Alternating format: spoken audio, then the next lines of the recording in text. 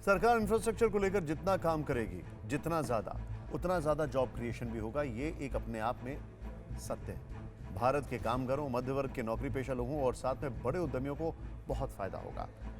अब MSME sector यानी सूक्ष्म, लघु एवं मध्यम उद्यम की बात करते हैं, जिसे भारत का सबसे बड़ा क्षेत्र कहा जाता है। देश की इकोनॉमी का 1/3 भाग इसी पर निर्भर करता है और यही सेक्टर करीब 50% लोगों को रोजगार भी मुहैया कराता है। एमएसएमई सेक्टर को विकसित करने के लिए इस बजट में करीब आप ये समझ लें 15,700 करोड़ रुपए दिए गए हैं। सरकार ने अगले कुछ वर्षों में एमएसएमई सेक्टर में 5 करोड़ नौकरियां पैदा करने का लक्ष्य रखा है। आर्थिक विकास में एमएसएमई के योगदान को मौजूदा 30% से बढ़ाकर 40% पर पहुंचाने की कोशिश की जाएगी। वहीं एमएसएमई की निर्यात में भागीदारी भी 48% से बढ़ाकर 60% तक का पहुंचाने का लक्ष्य रखा गया है। जाहिर है, जब छोटे और मध्यम उद्योग मजबूत होंगे तो इकोनॉमी भी मजबूत होगी और एक्सपोर्ट भी ज्यादा होगा। इसीलिए वित्त वर्ष 2021-22 में इंफ्रास्ट्रक्चर और एमएसएमई के लिए दिए गए बजट को देश का बजट कहा जा रहा है, जिसे हर वर्ग को फायदा होगा। मोदी सरकार की बड़ी फिक्र आम लोगों की सेहत रही है और बजट में हेल्थ का हिस्सा भी सरकार हर साल बढ़ाती रही है। लेकिन कोरोना काल ने सरकार की फिक्र और बढ़ा दी। यही वजह है कि इस बार बजट में स्वास्थ्य सेक्टर को सबसे ऊपर रखा गया और हेल्थ बजट में 137% की बढ़ोतरी की गई है। सरकार के इस फैसले के क्या मायने हैं, आइए देखते हैं।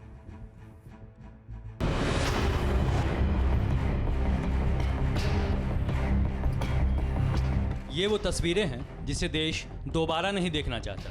इन अस्पतालों में ही 1.5 लाख से ज्यादा लोग काल के गाल में समा गए। हजारों हजार परिवार तबाह हो गए। वायरस का कहर देश के 1 करोड़ से ज्यादा लोगों पर टूटा। पिछले 1 साल में इस महामारी ने पूरे हेल्थ सेक्टर को सिर के बल खड़ा कर दिया। हर दिन देश की स्वास्थ्य व्यवस्था के सामने नई और बड़ी चुनौती आती रही। ये फिक्र बड़ी थी क्योंकि ये आम लोगों की जिंदगी से जुड़ा था, आत्मनिर्भर भारत की तरक्की से जुड़ा था।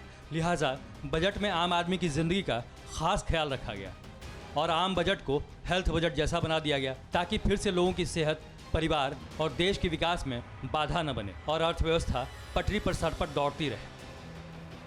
एक जो हॉलिस्टिक अप्रोच के साथ हेल्थ केयर फैसिलिटीज से लेकर न्यूट्रिशन, सैनिटेशन, पॉल्यूशन कंट्रोल और कोविड वैक्सीन को बजट में शामिल किया गया है, ये हेल्थ केयर की दिशा में एक बहुत ही अच्छा कदम है। आप इसे ऐसे भी समझ सकते हैं, स्वास्थ्य बजट में 135% का इजाफा हुआ। इसे 94,000 से 2.38 लाख करोड़ कर दिया गया है। साफ है, कोरोना वायरस ने सेहत को लेकर पूरी सोच ही बदल दी है और आम हिंदुस्तानी की स्वास्थ्य सेवाओं को लेकर सरकार का नजरिया भी। इसीलिए आने वाले समय में किसी भी महामारी से निपटने के लिए बुनियादी स्वास्थ्य सेवाओं का नेटवर्क बढ़ाना ज़्यादा ज़रूरी था।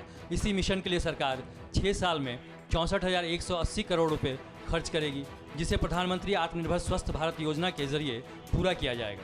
इस बजट में गांव के प्राइमरी हेल्थ सेंटर को बेहतर बनाने से लेकर 602 जिलों में क्रिटिकल केयर हॉस्पिटल शुरू करने की योजना तक शामिल है। जाहिर है, बजट के जरिए सरकार ने स्वास्थ्य के क्षेत्र में पुरजोर ध्यान दिया, जिसमें राष्ट्रीय स्तर के साथ ही प्राइमरी और सेकेंडरी हेल्थ केयर की सुविधा पर भी खर्च करने की योजना है। सरकार स्वास्थ्य सुविधाओं को गांव, छोटे शहर और जिले के स्तर पर मजबूत करना चाहती है, जहां देश की 70 से 80% आबादी रहती है। इसके मायने बड़े हैं। बजट में आपकी जिंदगी को सेहतमंद और स्वस्थ बनाने का पूरा प्लान है। 130 करोड़ की आबादी वाले देश में आत्मनिर्भर स्वस्थ भारत मिशन को पूरा करना इतना आसान नहीं है। जिस देश में 1 साल पहले तक मास्क, सैनिटाइजर और पीपीई किट तक विदेशों से आयात किए गए, वहां आत्मनिर्भर होना एवरेस्ट की चढ़ाई से कम नहीं है। लेकिन हिंदुस्तान ने जिस तरह से इन चुनौतियों का सामना किया और जीत हासिल की, ये साबित हो गया कि हिंदुस्तान में हर मुश्किल को हराने की क्षमता है और इसे आगे बढ़ाने की ज़रूरत है। सरकार भी समझ गई कि अब देश में ही शोध संस्थानों के जरिए मेडिकल रिसर्च को मजबूत करना होगा, जांच और लैब की संख्या बढ़ानी होगी, जिसका सीधा सरोकार आम लोगों से होगा। वित्त मंत्री की घोषणा में देश में 75,000 ग्रामीण हेल्थ सेंटर, सभी जिलों में जांच केंद्र, national centre for disease control और इंटीग्रेटेड हेल्थ इन्फो पोर्टल को मजबूत करने जैसी अहम बातें हैं। इससे गांव के 17,000 रूरल हेल्थ सेंटर समेत शहरों के 11,000 अर्बन हेल्थ और वेलनेस सेंटर को मजबूती मिलेगी।